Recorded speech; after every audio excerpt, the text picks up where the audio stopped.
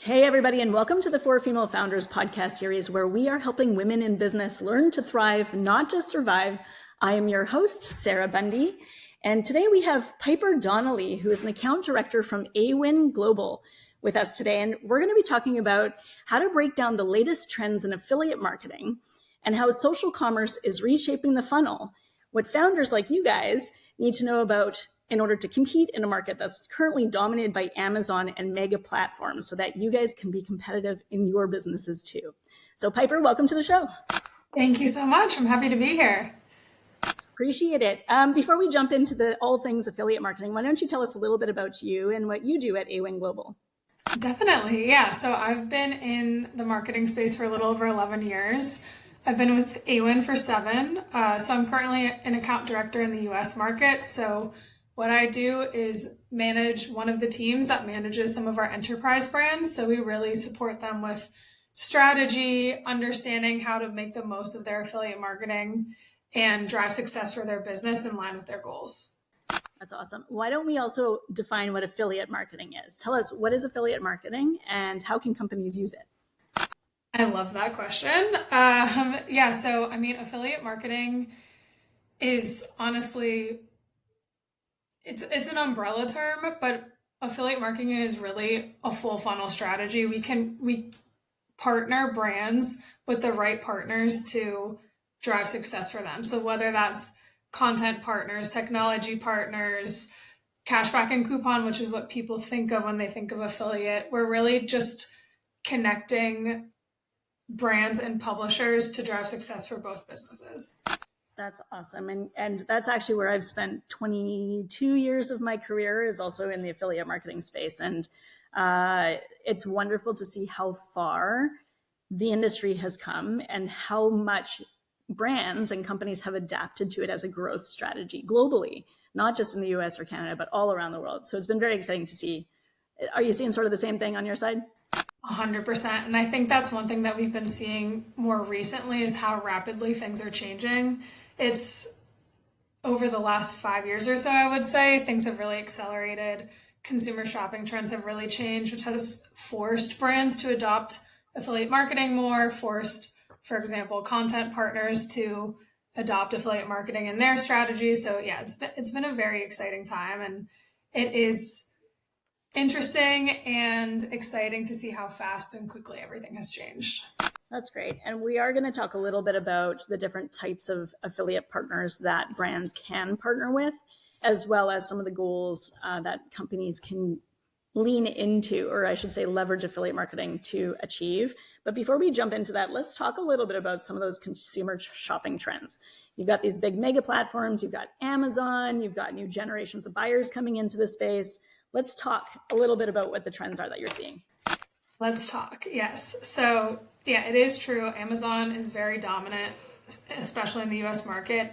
In 2024, they held about 38% of all e-commerce sales in the US, which is massive, but the US market is projected to reach $1.2 trillion in e-commerce sales this year.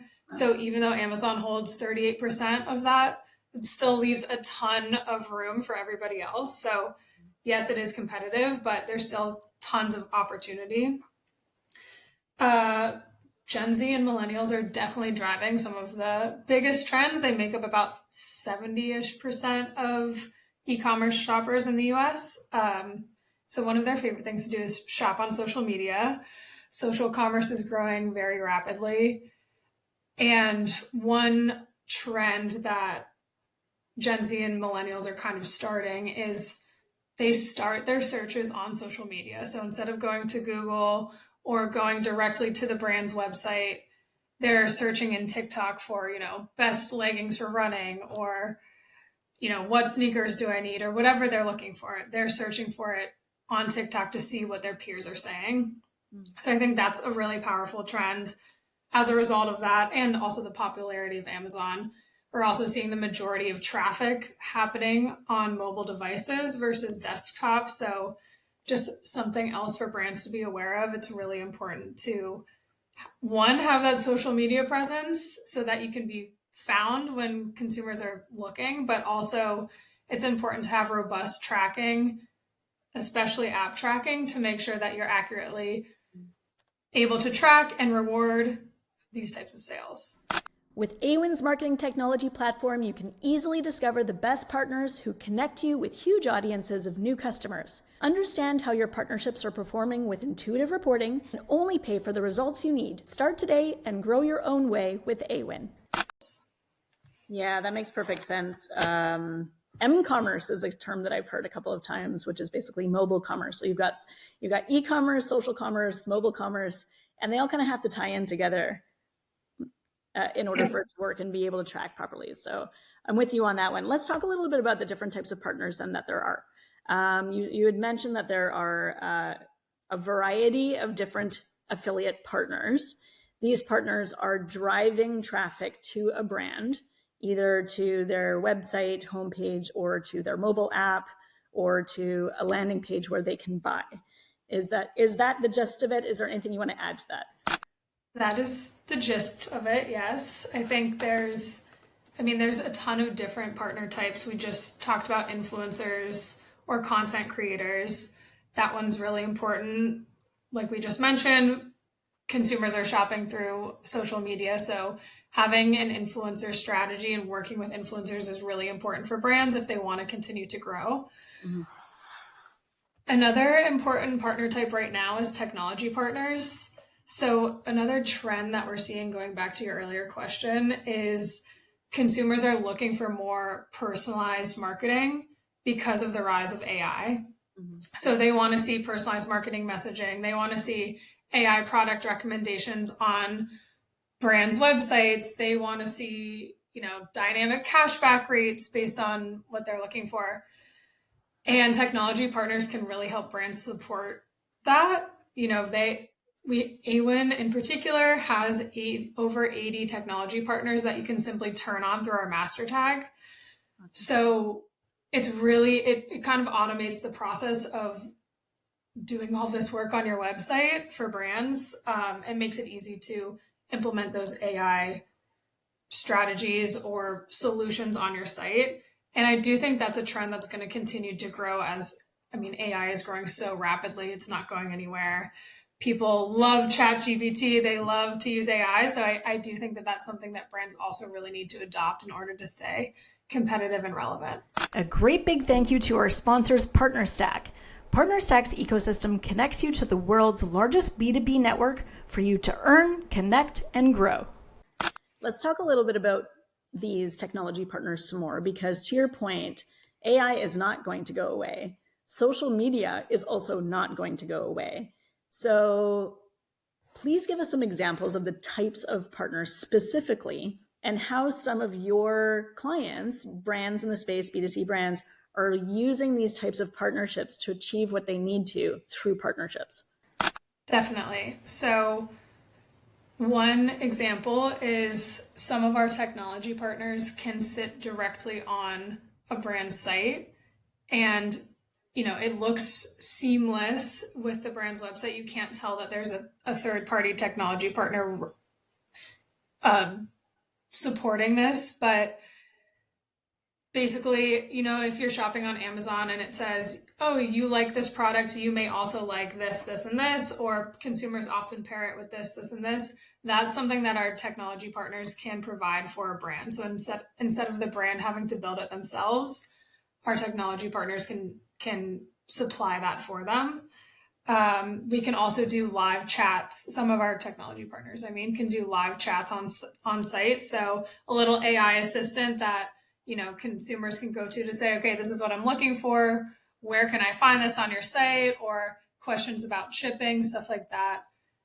They can implement a little AI chat bot to help with that.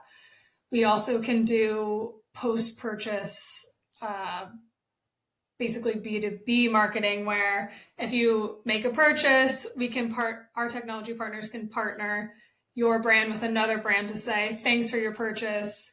Here's 15% off at this other brand. And then that way you're reaching new audiences and it's two brands helping each other. So, like I said, we have 80 plus technology partners. So they do endless amounts of things, but those are just a few examples. That's awesome. And what are some of the benefits to the brand to partner with these technology partners, these influencers, these content creators.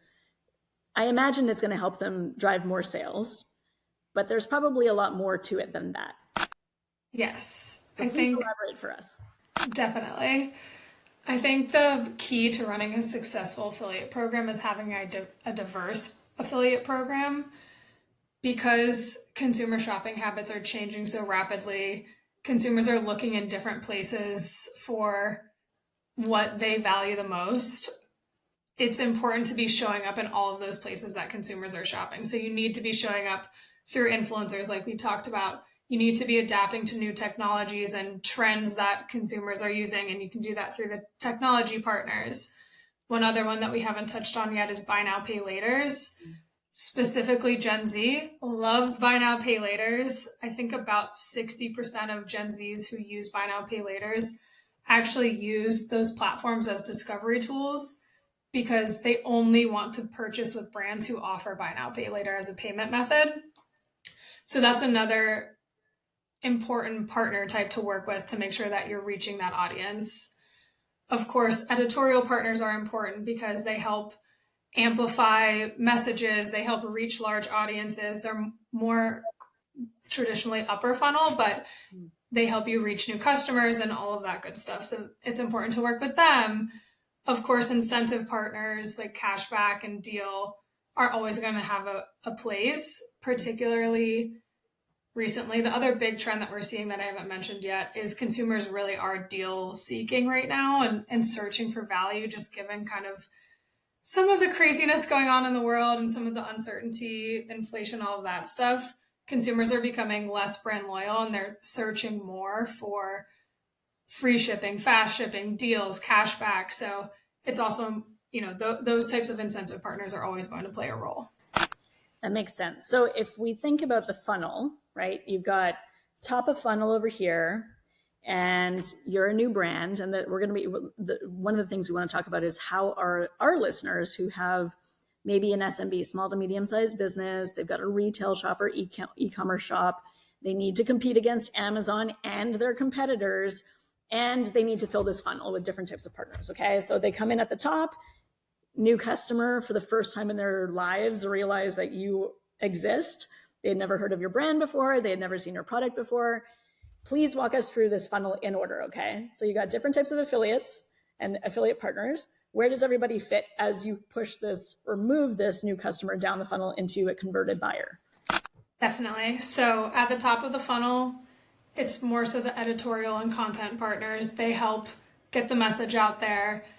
A consumer might see your brand for the first time, click through an article, maybe nothing happens, but they've been introduced to your brand. So those types of partners are kind of at the top. In the middle, more influencers. They're great at introducing brands to their audiences, but they also do have the ability to convert as well, because consumers really trust the influencers that they follow. That's one thing that has been growing recently. So they kind of sit in the middle because they can introduce your brand, they can help you consider, and they do have the ability to convert as well. And then more towards the bottom, you have your more traditional affiliate partners like cashback, coupon, buy now, pay later can be considered in there as well, because consumers are going to those sites with usually the intent to purchase. So they do sit a little bit lower in the funnel. And for those of us who might not know what buy now, pay later actually means and how it works, can you explain it to us? Yes. So buy now, pay laters, a few examples are Klarna, Afterpay, and essentially they allow you to pay for purchases in installments. So if you purchase something through Klarna, Klarna will pay the brand in full and then charge the consumer, and usually for different payments. So it helps consumers kind of spread their dollar out and pay for things over time. I can see how that would be very beneficial right now with all the things that are going on in the world, from inflation to uncertainty to unemployment to whatever else, right? Exactly. Yeah, they're very popular. I gotcha. That's awesome. Let's dive a little bit further into affiliate marketing as a strategy as a whole. So we've got listeners on here who are trying to grow their brands. They're trying to grow sales. Some of them are bootstrapping. Some of them have limited budgets. Why would affiliate marketing be a solution? The great thing about affiliate marketing is it's very low risk. For the most part, everything is CPA based, cost per acquisition. So you only pay when a sale happens. So there's, of course, you can pay publishers flat fee if you want to invest further, or, if you have a big budget. But even if you have a very small budget, it's still a great channel because it's a guaranteed return, essentially. You know, publishers are used to being paid on commissions. So they're not looking for, an upfront cost. Usually the ROI in affiliate, if you're only working on the commission model, can be around a 10 to 1 return, which is amazing. And it makes it, like I said, very low risk for brands. So if you launch with a partner, they're talking about your brand and they don't drive any sales, you're not paying them yet. So it's very low risk. Low risk. So basically the idea is you partner with these different types of publishers or affiliates, which I'm sure we're going to just jump into how to track that in a second. But you partner with these guys, whether they're top of funnel partners, mid funnel. So you've got the editorial guys. Can you give us an example of an editorial partner or two? Yeah, Vogue, Wirecutter, those big types of content houses, essentially. Okay, so you got these big publishers, content at the top or editorial at the top. Maybe some influencers then start to help them move down the funnel. They look at somebody that they really respect or they admire, they follow. They had made a recommendation about your product, the person who's listening to this, your product or your service because you have a relationship with this influencer through your affiliate program. Then that customer either buys from the influencer that they really like and trust, or they might do what? Go and check out the website and consider a buy now, pay later option, or might leave and go look for if there's a deal out there for your site or maybe some kind of cashback or coupon. Is that correct? Exactly. I couldn't have said it better myself. Okay. So now you've got this program that partners with these different types of entities, influencers, content, real estate, whatever it is online. They're pushing your customer down the funnel. And now you've acquired a new customer. Yay, money in the door for you. We like money in the door for you. Okay. New We love it. acquisition and a high ROI because you're talking about a 10 to 1 return, which is a great number, especially when you're in a very competitive market and you're up against companies like Amazon. Let's talk about how you track all of this. So how does Awin Global solve for making sure this whole thing works properly? Yes, so that is where an affiliate network comes in, like Awin Global. We help connect all of the partner types that you just listed with brands, and we track it all through our platform. So I highly, highly recommend using an affiliate network if you want to run an affiliate program, just so that we can make the tracking streamlined for you. We track every transaction at the point of sale.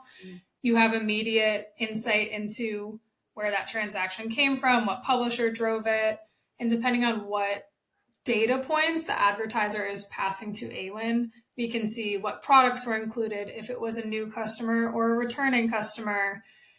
All of those types of data points we can report on, and we can actually commission differently on those as well, which just gives you more flexibility in how to work with the different partner types. The other thing is affiliate networks like Awin Global can give you really robust reporting as well. So,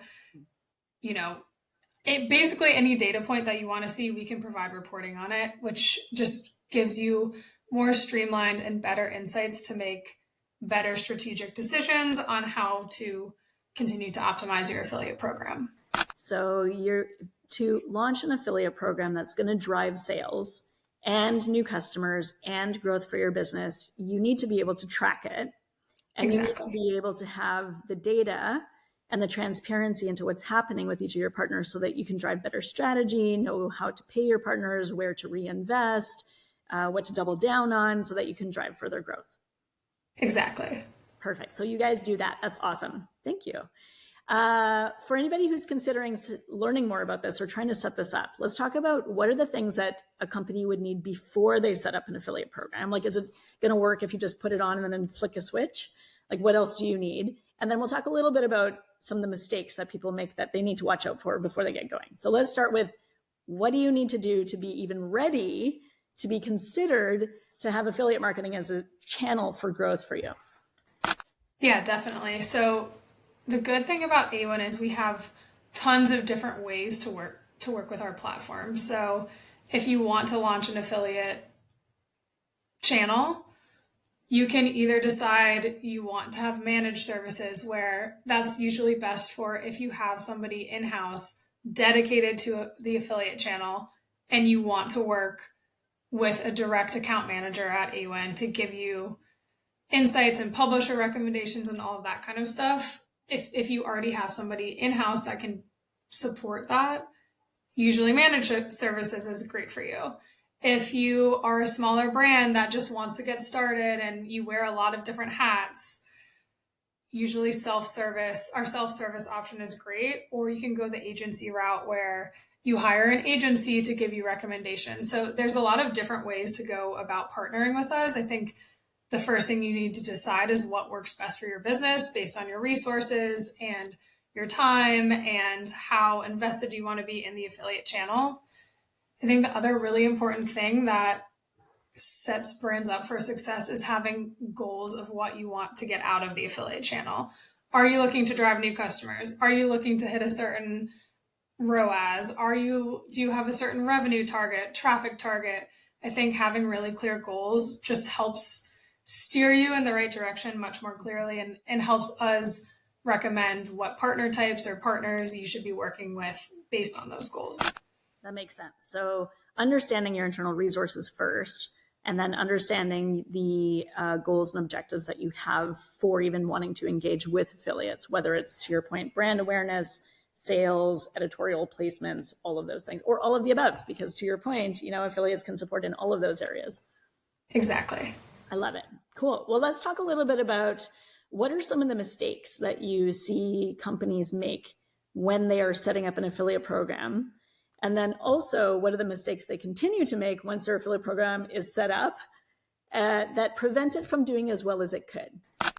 Yes, that's a great question. I think one is kind of the opposite of what I just said, is not having clear goals or not knowing what they want to get out of the channel. It makes it hard if you don't have a goal to work towards, it makes it really hard to define success. So that can definitely be a challenge. The other big thing that we see that I don't recommend doing is only wanting to work with one partner type or a handful of partner types and excluding all other partner types, because affiliate really is a full funnel channel, and to get the most out of the channel and drive the most success, you do need to work with all partner types. So some brands will say, whether they're first starting or they've been live for years, some will say, oh, we don't want to work with influencer. We don't want to work with technology partners. We don't want to work with editorial partners. And it is just very limiting. They are limiting themselves and how much potential that they can drive through the channel. Gotcha. Okay. And last question before we run out of time together. Where do you see B2C marketing going in the next 1 to 2 years? You've got your stats, you got your trends, you got your Amazons, you got your Gen Zs, and you've got your millennials, and the world is changing and everything's becoming competitive and AI is coming into the mix. What's going to happen in the next 1 to 2 years in your mind in the B2C world? That is a great question that I think everybody is asking right now. I see social commerce continuing to grow, people continuing to shop through social media, trust influencers. And, we have to remember the whole influencer space is still very new. So I do think that there will also be more standardizations coming out in the next few years that make it a little bit easier to work with influencers and have more of a standard across all influencers, based on their size or whatever. So I do think that will continue to be a big trend.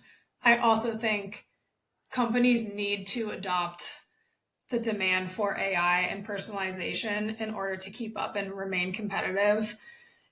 Nobody knows what's going to happen with AI, but it's not going anywhere. So I think just being open to that change and adopting it is going to set up companies for success. That makes sense. Can you leave us with a couple of tips on the best ways to work with influencer affiliates and the best ways to work with an AI adapted strategy? Yes, the best ways to work with influencers is, one, you need to have competitive rates. I would recommend understanding what your competitors are offering to influencers, if that's at all possible, and offering something similar or even better. So that could be you're offering a higher commission payout to them, you're offering a higher flat fee amount, you're providing a lot of gifting to them, whatever you have the capability to give to the influencers, make sure that that's competitive. Also, having clear goals and guidelines for the influencers really helps them drive success. Otherwise, you might not have, one influencer saying one thing, one influencer saying another, and you're not having a cohesive message out there. So make sure that your message is clear. And I would say be open to working with a lot of different influencers. If you can kind of build up an influencer army, so to speak, it will help you reach more consumers and drive more sales. That's great. In terms of AI and technology partners, I would be very clear and really understand what your challenges are so that you can choose the correct partner to partner with. So, for example, if you're a brand who's having issues with conversion rates on site, be very clear about that and make sure that that's the driving factor in choosing a partner. So, you can say, okay, I'm going to vet these 3 partners, and whichever one can prove that they are the best at driving increased conversion rates, I'm going to work with that one. So making sure you know what the problem is that you're trying to solve.